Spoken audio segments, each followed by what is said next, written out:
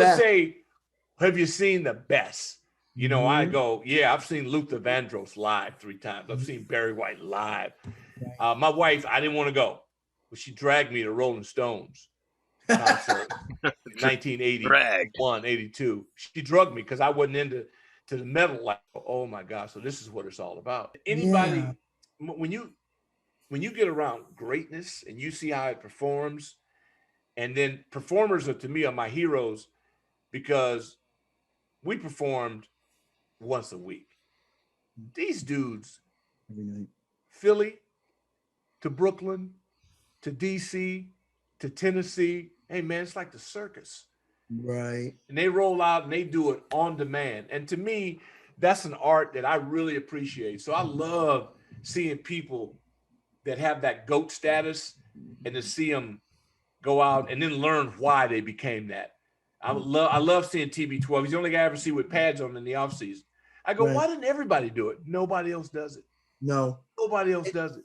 No. And you're right. Like I was big in sports and music growing up. You know, Tony was big in sports and my sister was big in music. So it kind of, to me. Yeah, music, man. Yeah. I sang every day and played drums. And I was a big Beatle fan. And, you know, a couple of years ago, my brother and Jermaine Jackson are friends. And we're going to do this big show, and he's at UCLA, and the phone rings, and it's Paul McCartney that calls. So somebody picked up and went, "Is Tony there?" And he went, "Who's this?" "Oh, this is Paul McCartney." And he's like, "Oh, okay." So he went over to my brother, and he's like, "Paul McCartney's on the phone." He goes, "What?" He goes, and my brother didn't believe it. He goes, "Sure it is." He goes, "Oh, no. I heard you're going to do this tour with Jermaine and Mariah Carey." It fell through at the last second because Jermaine was having problems at home. But you know what? Ringo and Paul were going to meet him in London. They were all going to be on the stage. My brother's met a lot of singers too. Yeah, no, I mean, to me, the artist, it's just being around pros. I don't care if you're a drywaller, if you're a bricklayer, but if you're in the 1% of your industry, bro, I want to see you work. You know, I want to bend you. I want to talk to you. I want to interview you. I want to find out what makes you a 1%er. Yeah, because it's been said, and I didn't say it, but it's been said. Either Brian Tracy, I think said, but success leaves clues, or Zig Ziglar, success leaves clues. You got to pay attention. Open your eyes. Take notes, and life becomes a little easier to navigate. No, that's true. I mean, but if like I love them growing up, like you wouldn't believe, and I knew all about them. I knew what they wrote. I even wrote a few songs myself just based on what they did, you know. And it wasn't just them. Like I liked all the stuff around them because that's what they liked. It's funny because they'd ask the Beatles in '64, they're like, "Do you listen to your own stuff on the radio?" "No, we're listening to what other people do because we want to top it." That's what champs do. That's what great talent does. It's always looking for the next thing. Check out the drum. Ever check out the drum corps competition stock? No, that I haven't done. Probably be right up your alley. You like that peak performance level, but then with the competitive edge because they do compete against each other. Oh no, I know. Look, this world. About 20 years ago, I announced on radio that I apologized to all the band members, and throughout the years, I never gave the bands their credit. I always talked about football teams and that. I've never been in a training camp that a band wasn't working out inside of. They put in the exact same hours. Mm-hmm. We're in at halftime, but they're working now. And they're working at a precision. And when I stopped playing and wasn't going in at halftime, I was on the sidelines for every halftime going, oh my God. I'm watching these precision operations done to perfection. Yes. And I start meeting and talking to them. And we have a band here. And I start thinking, bad host. So I always say to the parents, player, and the drum major that, man, I appreciate your efforts because they train as hard as the players. Sure. But the players never get to see it. And most people at the concession stand are relieving themselves. And you don't realize it unless it's a Super Bowl or a Rose Bowl or a Sugar Bowl that we get into the pageantry. Now, the HBCUs, they're just the opposite. They ball out. They're all in, People come today. Nobody leaves at halftime. We got to take a page from that book and appreciate the artistry and the professionalism. So I always give a shout out to the parents. Imagine if your kid wanted to play the tuba or had the bass drum and you had a compact car. You know, so all these things that are going on, it's not just the athletes that need water bottles and cleats and stuff, but it's also the band, the majors, the cheerleaders, everything that's involved in the auxiliary that makes these great games that we go nuts over. There's more parts to it than just the players. It sure is. You know what's funny? Right when my brother was with the Bucks, he told me this story, right? Like you were talking about intense coaches and what it takes. And so Larry Costello was like that, who won their last title before Giannis the other night. Mm-hmm. And one day, Larry was so into watching films all the time. He didn't know much else around. Basketball was his life, you know? So somebody came up and went, hey, I'm going to see the Jackson 5 tonight. You want to go, Larry? And he looked at him and went, yeah, who are they playing? He went, the 5 guys were like players. That's how he went, oh, are you kidding me? Yeah. But yeah, it's just, you have to focus on, and you have to be good at what you do. And yeah, you know, that's talent. That's intensity. And sacrifice. Because your family has to pay the price. The more fanatic the leader, the more understanding his wife and his children are. It's nobody, you don't get there without sacrifice. And that's why, I get it. I get it because I've seen it. I do too. And now from this standpoint, watching from the outside in, I wasn't that smart playing, but I do now after, hey man, there's a lot put into this and there are a lot of people that don't get their credit. So now I'm more of a fan of organizational success. And in my field, in the corporate arena, and things that I do about peak performance, it is because of all these different stories and levels that I've been exposed to that gives me, insider trading, because not only have I lived some of it, but it's about seeing the guys that are the 1%ers. And it's really the unique individual. His journey or her journey is so different than ours. And that to me is what's fascinating. It is about, anything that a Michael Jordan would say or has discussed, or Kobe, the Mamba mentality, Irvin Magic Johnson, who just can't stop leading. The dude is just, he's the straw that turns the drink. It don't matter what the sport, doesn't matter what the industry, he did it with Starbucks, he did it in fast food, it don't matter, because Irvin Magic Johnson has been doing this since high school. Right. And we don't know what it's like. Well, but let French Lick, Indiana, shooting threes on the side of a barn, 1,000 a day. Everybody, I want to be like Steph, but are you willing to put up 1,000 a day? That's right. That's what You're not. So quit kidding yourself. I tell people, look, stop it. Just stop kidding yourself. You don't want to be Steph because you're not willing to do what Steph does. It's just that simple. That was why I loved Kobe, the Mamba mentality in back of me all, because even though physically he's gone, look what he left us, man. His legacy, Reggie is Miller's mindset. And he moved everybody. That's his gift. Unfortunately, the people who have the highest impact, for whatever reason, don't last as long around the society. It's for whatever reason. And can you imagine this dude at 60? Who knows? He would have written movies, written book, whatever, but he was headed towards so many things that are unbelievable. I think the same way, just watch 60 Minutes. That's why it's on my mind. But Prince, right? A genius. He was. He got a vault full of stuff he never even dropped. That is what I'm talking about. But when you watch somebody like that, that's why, and as they age, watching Federer, I don't care what the sport. Tiger got banged up and doing all that, but Phil coming back, winning a big one. I loved it. Just, he could, and like he said, he's been playing well, but he just wasn't winning. But the day he puts it all together, Phil's a champion, and because he's got it in him, and he looks the best he's ever looked, in his 50s. But see, that's what I love seeing a guy. I call it sustained drive. It's a sustained drive. Tom's 42, Phil's in that. Yeah, that's what we get to look at now. It's like what I tell my brother. Everybody says they want to win, but only a few people really do and take the extra step to do it. Yeah, they don't. They talk. It sounds good. It's all lip service. Right, exactly. I can tell that with a guy. I got clients. I just say, hey man, what time do you wake up in the morning? I already know he lost. If he says anything past 6 a.m., I know he's lost.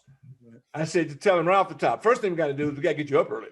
I told him I sleep standing up. I said, because you got to understand, you never know when your number's going to be, because you might have to go make something happen. But it's mentally, how strong are you? How willing are you to rewrite your own script? It's Reggie Miller who played for us. He said it one time. He said, I slow the game down in my head because I'm so good. I can actually, that guy's standing there. He's about to their way in.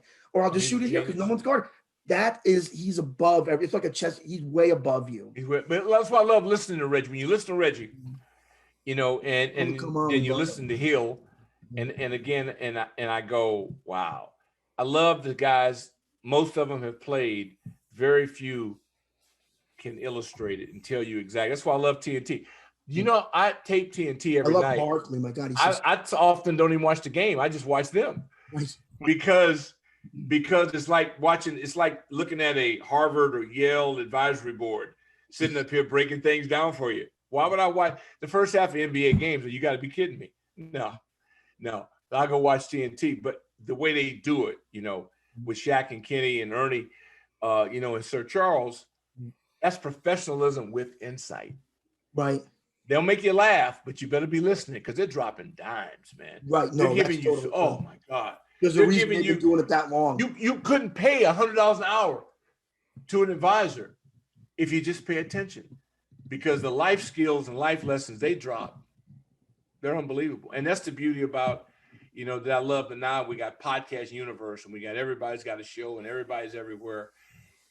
I like it because I can now control it and do it when I want to do. I can control when I listen. So much of our life, this guy's on at 6 a.m. Well, the other guy's on at 9 a.m. The guy's on at 3 p.m. The guy's on. Well, suppose you got something to do. There was a time in our life, that's the way it was. Now you have so much control. If you don't want to learn, if you don't learn now, you just don't want to learn. There's no excuses. Right. It's on demand. It's on demand.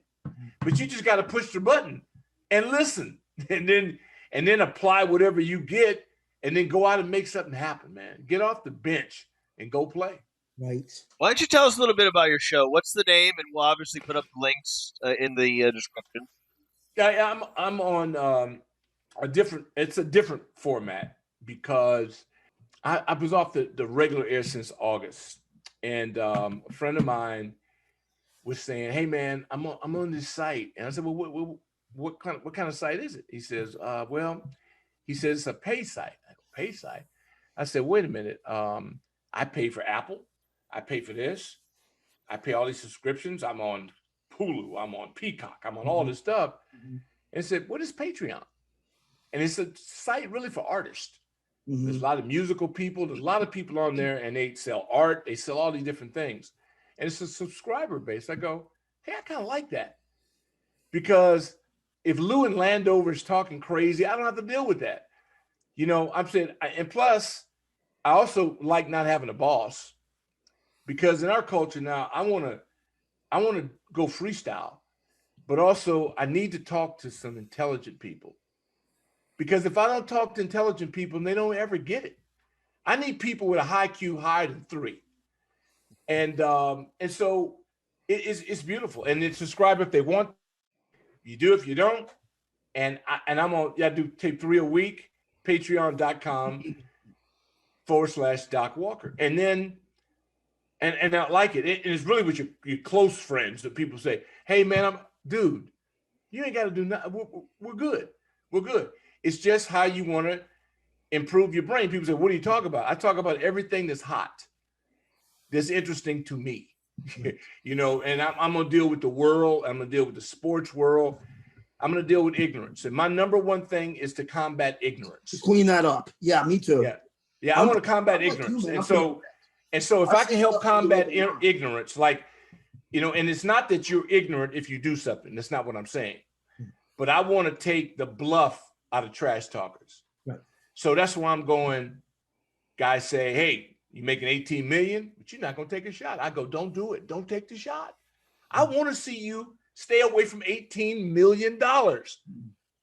I think you're bluffing. So let's see. It's chicken, truth or dare. We're going to see. The same thing I said about 12 for the Packers. He'll be there day one. It's no doubt about it. He'll be there day one. 50,000 a day. Bingo. He's there day one. Everybody's going to show up. I want to see the badass that says, and look, I respect you if it's religious. I respect you if you have whatever it is. I respect you. But do it. Do it. If you think the government's putting a chip in you and all that, then don't do it. And I look at the several states that people are dying at mass, and I go, hey, dum-dums, the guy that's asking you, bless you, the guy that's telling you not to get it, he got it. Right. So are you guys that ignorant? Right. So that's what I do. It's like, come on, let's have some common sense. Get it straight. Let's keep it real. Everybody talks about keeping it real. Most of them are fake. And so I'm saying, and let's do this. I'm the same way. I hate liars and fakes, and I see right because I love the truth. When you love the truth, you can never be tricked by a lie. No question. And you're not perfect. I'm not perfect. Right? That doesn't mean I'm perfect. But that's why I call myself dumb, knucklehead, dumb. But what I'm striving for perfection. Right. And I also have figured this game out. And there's nothing you can do to stop me at this point. And so what I'm saying is that let's not be fake. The NFL is, oh my gosh, ridiculous. So now you're going to have the African-American, you're going to have the national anthem, the Black national anthem, that unless you went to an HBCU, most African-Americans don't know it. And so I'm going, what are you trying to appease us? What are you saying? Explain to me why we have the national anthem at a game. You haven't explained that. You also need to tell people that the armed forces pay you. I thought we paid the armed forces for the flybys. Wrong. Okay. So all I'm saying is that, hey, let's keep it real. You want to roll? Let's go. A lot of people are living a lie, and you hide behind things. And not just that, they're hating the people that are telling the truth. It's getting pretty scary. Oh my God, man! 60 Minutes. I just watched, and I watched Mia. And it's not about being political, but what it's about being right. If a man serves 23 years in prison for something he didn't do, then I'm gonna check you at the judicial level and say, well, how could you let that happen? Last Sunday, another guy didn't do it. Are we that careless with people's lives that we just got to have a particular quota that goes through? So what I'm saying is that let's clean us up. I think we got to do a better job of managing this government that we have. And if it's a democracy, then prove it. Because see, my old man was a Marine. So I was around a lot of people that were willing to die for us to have the right to have freedom. So I don't take it lightly. No, so now I'm going, you can't have your executives or whatever. You can't stop it now. So that's why I love this the way it is, because I'm not in the mood to fake anything after the last year I just went through with this COVID. And I went through things at an extreme level. My mother's elderly, mother-in-law's elderly, my father-in-law's elderly. And a lot of people's lives were put at risk for a political agenda. Yes. Which means that the people in charge didn't care about the masses, didn't care whatsoever, because the privileged can get whatever they want. I'm not going through that again, not silent, I'm not. And so what I want to do is represent what's right for all people. That's why USA, I'm all into that now. But all of us, I'm not layering it over what ethnicity, what gender, no, humans. If God produced you, you're eligible. Now you're in the club. Now at that point, how are we going to get this along so we can get it together? So we have a super society. Right. So we can really enjoy our sports and be there, but not risking our lives. Hey, just let the best idea win. Let the best idea win. That typically works. Let's not hate. I mean, just strictly not to hate, because everybody has some good in them. And Jim Womack, my Little League coach, picked me up. We didn't have a car. I'm 11. And Jim Womack is a white man who came into my neighborhood and picked me up for every practice and every game.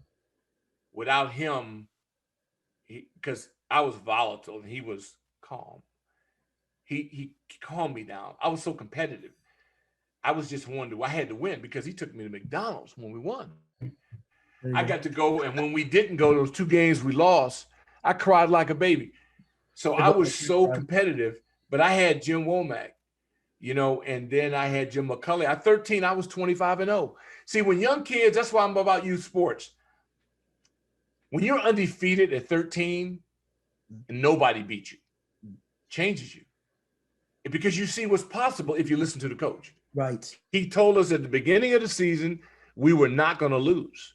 He told us we were going to win every game because he was the best coach and he best players. Well, I thought it's not if you win or lose, but how you play the game. To myself, I'm thinking it's what the coaches used to say. He said, "To hell with that. We're winning it all." Changed my life. And so then you just keep going on. Now there are bumps in the road, but we're able to win and win on every level.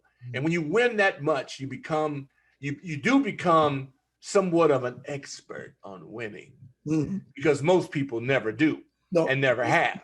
You learn how to win and you learn how to learn how to win. Then you study winners. So Arnold Red Auerbach, the John Thompsons, yes, sir, the world, Gary Williams. John Wooden. I sit on. I used to go to Coach Wooden's practice. I said, "Coach, do you mind?" It's open. He said, "Rick, we have nothing to hide, but you must be quiet." I said, "Yes, sir, Coach." I sit out there and watch him, and Polly, all you hear is the sneakers going, nobody yelling. And I'd ask Coach Wooden, "Coach, why do you have open practice?" He said, "Rick, we don't game plan opponents. We work on UCLA."